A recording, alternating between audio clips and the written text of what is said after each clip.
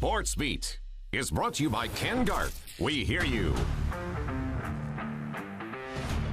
SportsBeat is live. Thanks for joining us, JJ and Sam, with you for the next half hour. Live sports slowly but surely returning around the world. Yeah, pro soccer in Europe continues to move forward as several teams fight to remain relevant in the English Premier League. Closer to home in New York, a Triple Crown race for the first time this year. But first, let's head to the golf course. Yeah, let's do this. On the PGA Tour, third round of the RBC Heritage in Hilton Head, South Carolina. We're tracking Tony Finau's progress. He entered the third round 4 shots off the lead.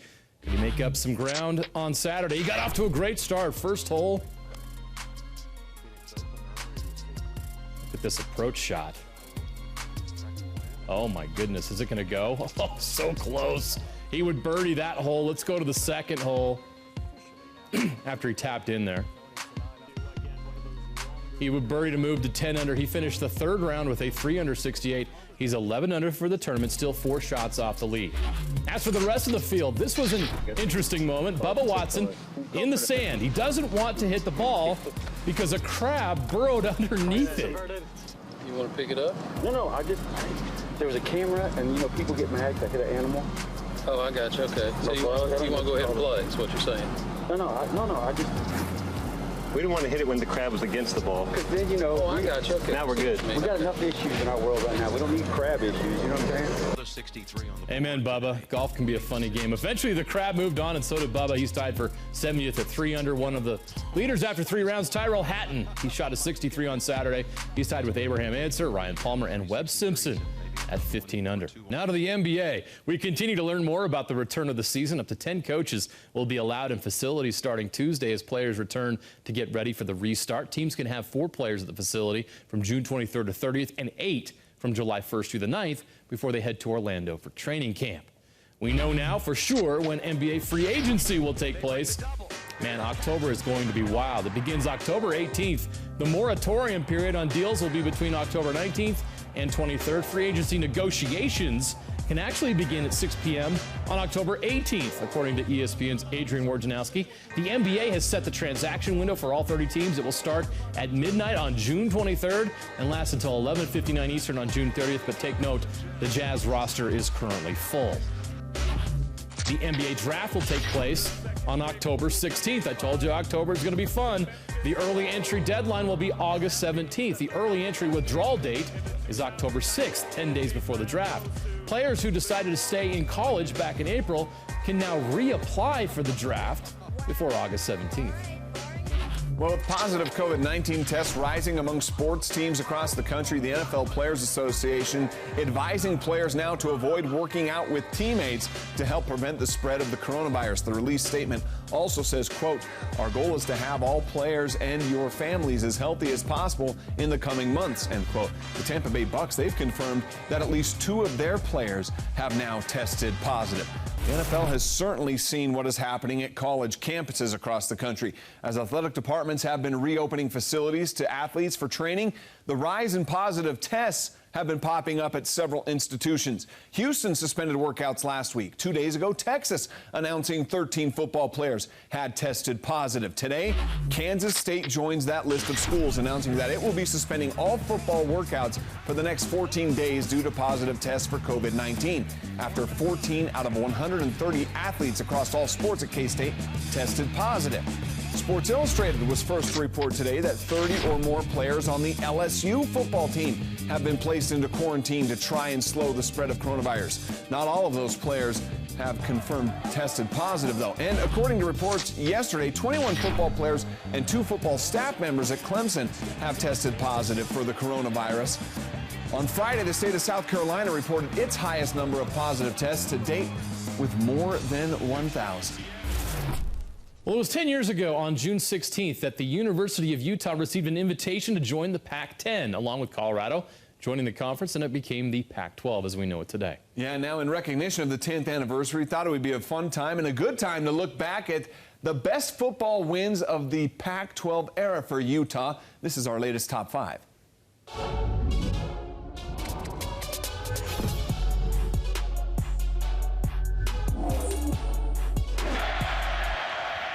The snap is good, and Utah takes the lead. That was the game winner. Andy Phillips' field goal from 29 yards out with 34 seconds left gave the Utes a stunning 30-28 win over 8th-ranked UCLA at the Rose Bowl in 2014. Devontae Booker rushed for 156 yards, and the Utah defense sacked Brett Hundley 10 times. The mayor of Sac Lake City, Nate Orchard, had 4 of those sacks in the win. The formation. Wilson rolls out the pass. Fires to the end zone. It's caught. It's a touchdown. It's a touchdown. Kalen Clay caught it, and Utah leads it with 8 seconds to play. In what was considered by many Utah's biggest win since joining the Pac-12, Travis Wilson threw a touchdown pass to Kalen Clay with 8 seconds left to help the Utes top 20th-ranked USC at Rice-Eccles Stadium back on October 25, 2014. That win improved the 19th-ranked Utes to 6-1 on the season.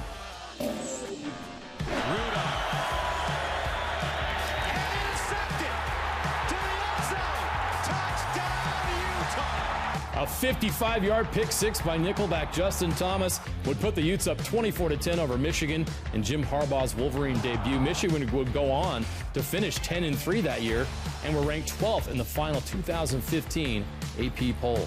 45. And look, Booker to throw. Wide open. Covey, touchdown, Utah. In 2015, the 18th-ranked Utes went to Autzen Stadium and just stomped number 13 Oregon, 62-20, the most points ever allowed by Oregon on their home field. Travis Wilson threw 4 touchdowns on 227 yards passing. He also rushed for 100 yards in a score. Freshman Britton Covey had 2 touchdown catches, one of those from running back Devontae Booker. And KSL Sports' own Tom Hackett had that 33-yard fake punt run. Hogan. Here comes the pressure. Incomplete. Utah's held. The Utes went 5-7 in 2013, which makes their win over number 5 Stanford in 2013 even more shocking. The Utes led 27-14 in the fourth quarter and held on for the win thanks to that goal line stand in the final second. Stanford was the Pac-12 champ that year. The hands, kicks a chest high snap. He will throw quickly. Battled out bands. Intercepted. Did they get it? If they got it, it's over. It's over. We're also counting down the top 5 BYU wins in the Independence era. Can you believe it's been 10 years? Did Taysom running over Texas make the cut? Davis up the middle, finds room. Breaks free at the 20. Yeah, he's back-to-back 1,000-yard rusher and more than 20 touchdowns in just 2 years. Weber State running back Josh Davis joins the show a bit later on. Well, we just ran down the best Utah football wins in the Pac-12 era. Let's do the same with BYU in the Independence era. Yeah, with so many Power 5 teams on their schedule, the Cougars have had some great opportunities for signature wins over the past decade. Here are the top 5. 50 yards away from field goal territory. A step up by Wilson. Deep man is open. It's caught by Simon. Oh, yeah, baby. Yeah, BYU's first ever trip to Neyland Stadium in Knoxville, Tennessee, and what a thriller it was. Zach Wilson connecting with Micah Simon on a 64-yard pass to set up the game-tying field goal with just 1 second left to send that game to overtime. Then Tyson Williams muscled his way in with a little help from his offensive lineman friends for the game winner, 29-26 in double OT. 3-man rush. Mangum, all kinds of time. Steps into the throw, in the wind, down to the goal line, and caught! Touchdown, BYU! After Taysom Hill went down with a season-ending foot injury, Tanner Mangum, just a freshman and fresh off a mission, stepped in and threw up a prayer that was answered by Mitch Matthews to beat Nebraska. It was the Huskers' first season-opening loss since 1985, 29 straight. The nation's longest such streak ended by the Cougars. After review, the ruling on the field stands. Interception. Yeah, for number 3, we bring it back to last fall once again. The thriller in OT to beat 24th-ranked USC in Provo. Diane Nwalaku, the star of the game, rushing for a touchdown early and then sealing it in overtime with the interception. Just their second win against a ranked opponent in the Kalani Sitake era. Pulls it away from Jamal. And on the zone read, Taysom Hill. First down and more. Oh, midfield. Taysom 40. He's going to go. 30, 20, 10. Touchdown. Taysom Hill. A I guess you could pick either Texas win. We went with the home win in 2013. BYU ran all over the Longhorns defense for 550 yards, a new team record, and the most Texas has ever allowed in a game. Taysom Hill led the Cougars with 259 of those yards, 3 touchdowns, a 68-yard run, the longest ever by a Cougar quarterback. The play gets off. It's heading left. No good. BYU shocked the nation in 2018 by going up to Madison and knocking off the 6th-ranked team in the country. A 24-21 win over Wisconsin. Squally Canada, 118 yards rushing and 2 scores. Aleva Hifo threw a touchdown pass to Moroni Laulu-Pututau. And for the first time in 15 years, the Badgers lost a home game to a non-conference opponent. Well, former BYU basketball star Yoeli Childs has been vocal on social media on what it means to be a black man in America today, especially here in Utah. On his Instagram account, he invites all to start hearing the experiences of others with an open heart and open mind. On his Instagram post, he shared experiences of systemic racism that both he and his brother experienced growing up in Utah. He asked questions that evoke thought, and he is clear, saying the message that Black Lives Matter and that changes is necessary needs to be heard. He shared more with Mitch Harper today on Cougar Sports Saturday. It's been, eye-opening on my end to see how many amazing people are here. I already knew that, there's amazing people here. I already knew, like Cougar Nation, for example, is unbelievable, but, they just deepen that love and that respect I have for them. When I went to make that post, right before I hit share, I was sitting there with my wife, and we kind of looked at each other like, should we disable the comments? Yeah. So like you said, social media gets pretty wild, and we were just kind of like, no, we're gonna just be very vulnerable here, and kind of trust the people in this community. And what the response has been was more than I could have ever imagined, and I'm just grateful for the amazing people that live here.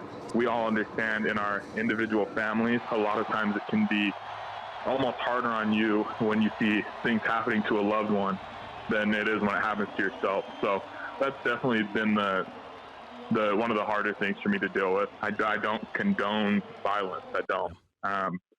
I don't condone any injustice of any kind, and violence is one of those things. I think that something we have to understand is people are really hurt. People are very deeply hurt right now. And it's not just because of George Floyd. It's about the fact that it feels like this situation is brought up every couple of years. And, I think that it's important to realize that people express their frustrations and emotions in all kinds of ways. And I believe that as a country, people are so deeply frustrated right now that they don't know how to express themselves, and they don't know what to do, because it feels like no matter how you protest, it's viewed as the wrong way to protest. You sit on a bench and people say you're being disrespectful.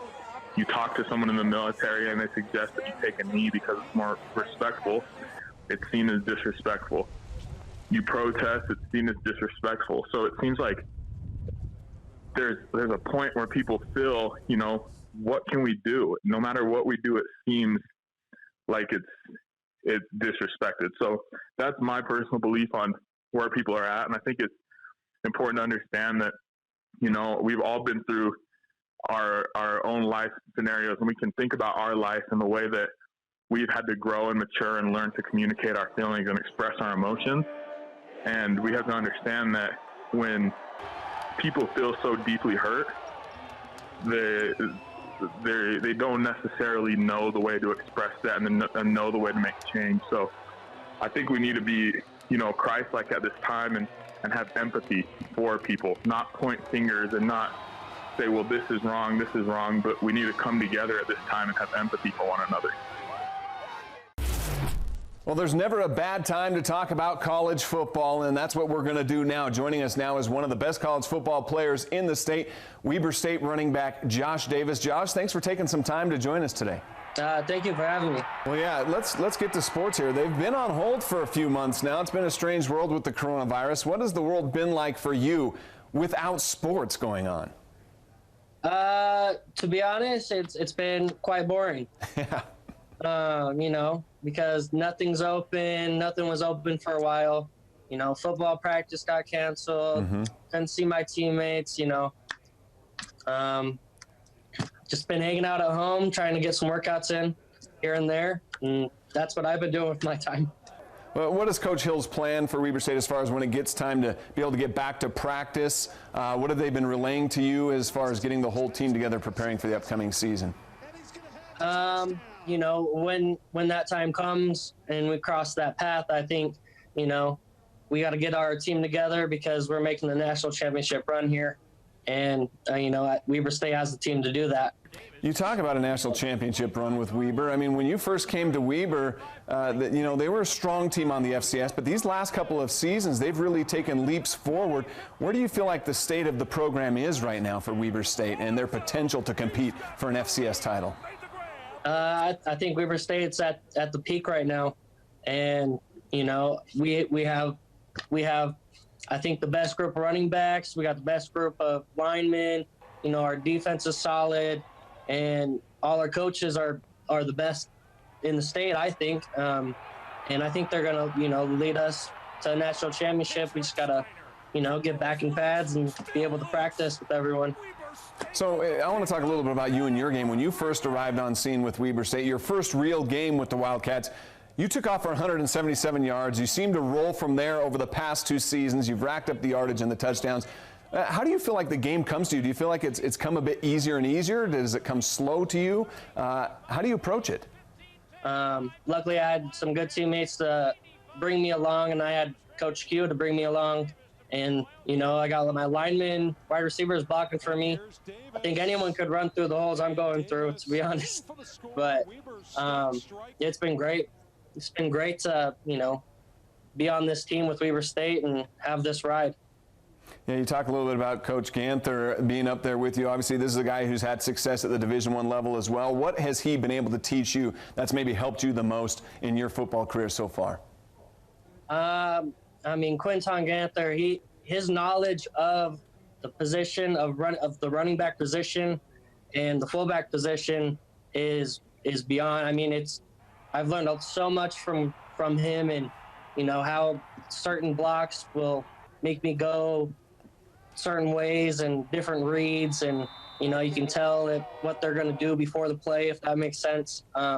Yeah, his knowledge of the game is beyond my years and beyond his, I think. So. Well, Josh, you've put together back-to-back 1,000-yard seasons. You've totaled 21 touchdowns in your 2 seasons. Where do you personally go from here? Do you feel like you have another gear to even push it further? I think our whole team does. You know, I'm just running off of my linemen. My linemen weren't there. I don't know what I would do because they're the ones putting on all the work, and I'm just reading off of them. So. What kind of a coach is Coach Jay Hill? I mean, this is a guy that a lot of people see as a rising star in the coaching ranks of college football. How has he been with you and your team? He's just a great leader, knows what he's talking about, knows what we have to do to win. And it's shown how, you know, we're winning with Jay Hill and because of all his knowledge. So. Welcome back. We are done here for now, but we got more SportsBeat coming up at 10 o'clock on the KSL 5 News at 10. Yeah. Live sports in the show, Sam. Yeah, it was great to have. Some golf, some soccer, horse racing. Not bad. Not a bad start. NBA's coming back soon. Right. We can't wait.